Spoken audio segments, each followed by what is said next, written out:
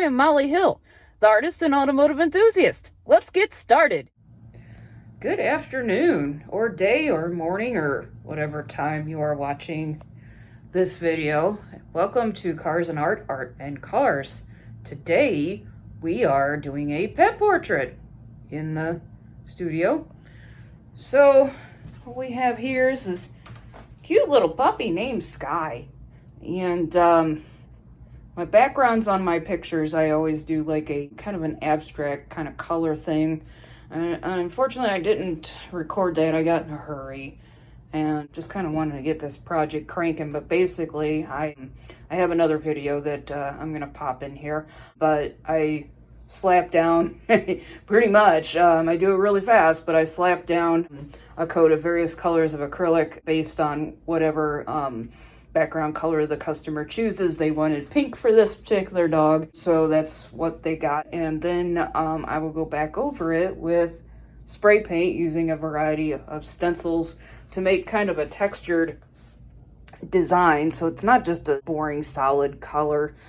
And I also have like this really cool like splatter paint. Art stores are now catering to people that do artwork with spray paint, which is really cool. But I've used that a ton on a lot of my imagery, but I'll use a variety of colors to kind of get this effect. I don't just, obviously it's not just straight pink. I got some white in there. I got two shades of pink. I got like a Barbie pink, so to speak, and like a fluorescent pink. I've also got some white. I've got some red, a little bit of silver, and obviously the splatters. But I have a lot of fun with these, and it maybe takes a total of 5 minutes just to paint that. And this is a 10 by 10. It's my most popular size because the most affordable, most portable.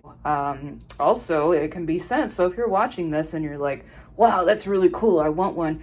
I mail anywhere in the US. I think sizes up to like 16 by 20. I can do, it gets a little more complicated after that, and there's potential for it to get damaged. So that's about as big as it goes. But if you want it bigger and you're willing to make the arrangements, we can do that. But anyhow, usually I start with a drawing, and you will see I have a printout of the reference photo, and what I do to make sure that it turns out proportionate, and also it's just kind of a time saver, so because it takes a little bit of the guesswork on, okay, where does the nose go, where does the eyes go. I draw like kind of like this, for lack of a better term, cross, and that way it can turn out a little more accurate. I believe whatever you can do to make the product look better, that's what you should do. So anyhow, we're gonna go ahead and get started on this with a time lapse.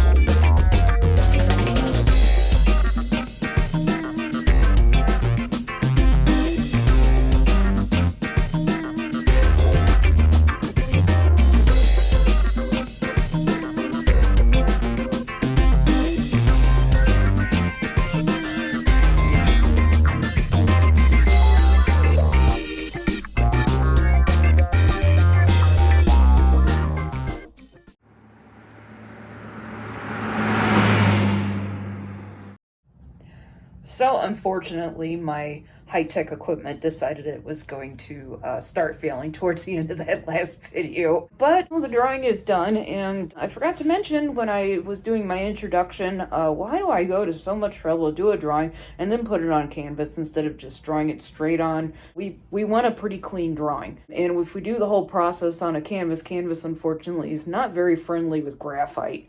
And trying to erase flaws or whatever is going to result in a bunch of smears and ugliness on it. Can you draw on a canvas with pencil? Yeah, but very lightly. And, you know, I have a tendency where I like to press real good when I draw. I bought some inexpensive copy paper. Oh, environmentally friendly. I've always drawn on copy paper. I've never had any problem.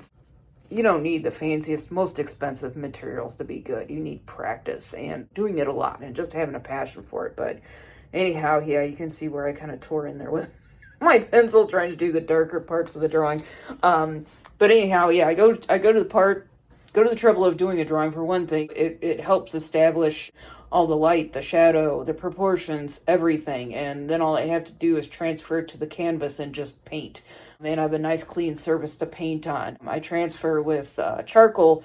And another thing too, if I was just to straight up draw on the canvas with a pencil, these wonderful paint markers would smear that all over the place too. I mean, they do a little bit on the charcoal, but because I'm not like doing tons of shading and drawing and corrections and stuff, there's not as much to move around. But and also I usually keep the drawings. I mean, I got to put them in my computer anyway to more or less make them into a carbon copy for the canvas, which will be later in this video.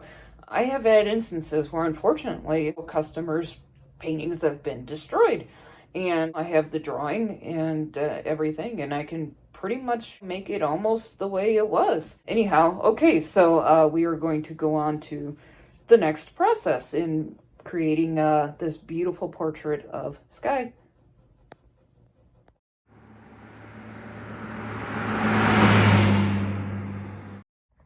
Okay, we have now made it to the workshop, and we are going to more or less spray the silhouette of the dog. As you see here, it's kind of a twofold thing printing out the drawing. Not really needed to show, but I scanned the drawing into the computer and made it the appropriate size of the canvas and printed it out on a 11 by 17 sheet of paper. As you can see, I've also included the perimeter of the canvas, so I know exactly where to position it. But the cutout, I spray the back of it with a little bit of adhesive and press it on there, cover up my positioning corners, masking tape, and then lightly spray a series of neutral colors. And then this half is going to be my carbon copy. So later in the video, I will cover the back of this with charcoal.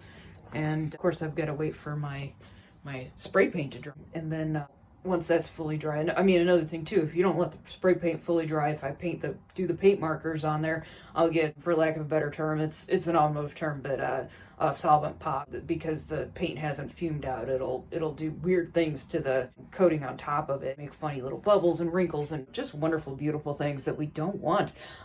So anyhow, once the paint is fully dry and fumed off, we are going to transfer the dog on there, and we are going to start with the good stuff.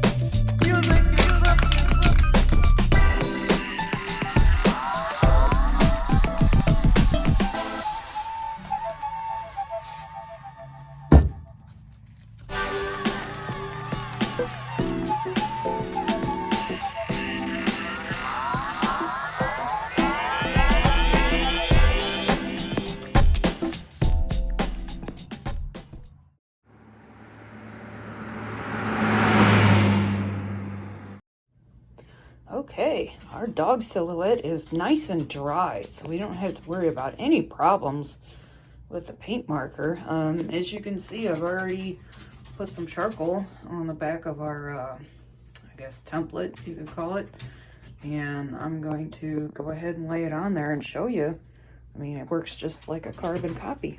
So, try and hold the phone at the same time I'm putting it on.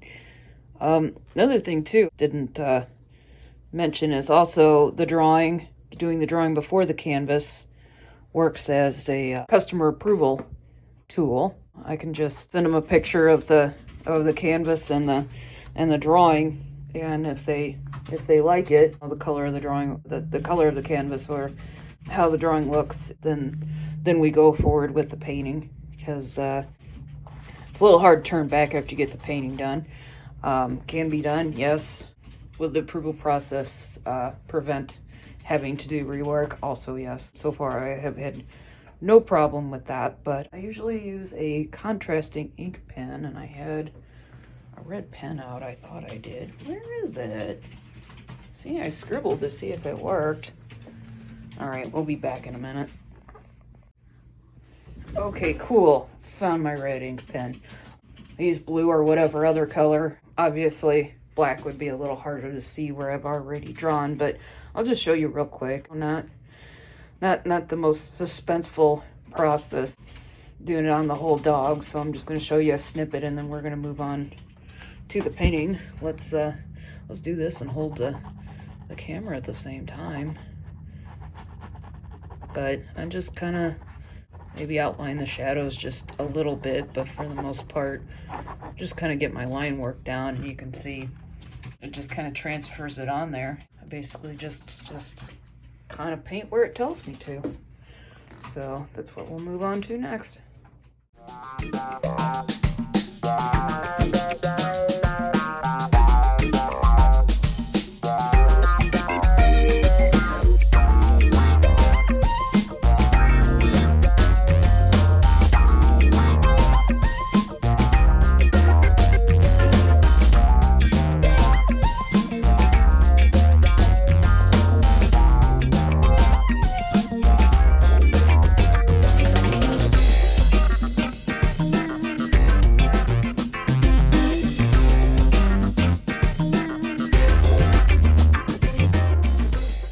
Okay, everybody, here she is. Sky is done.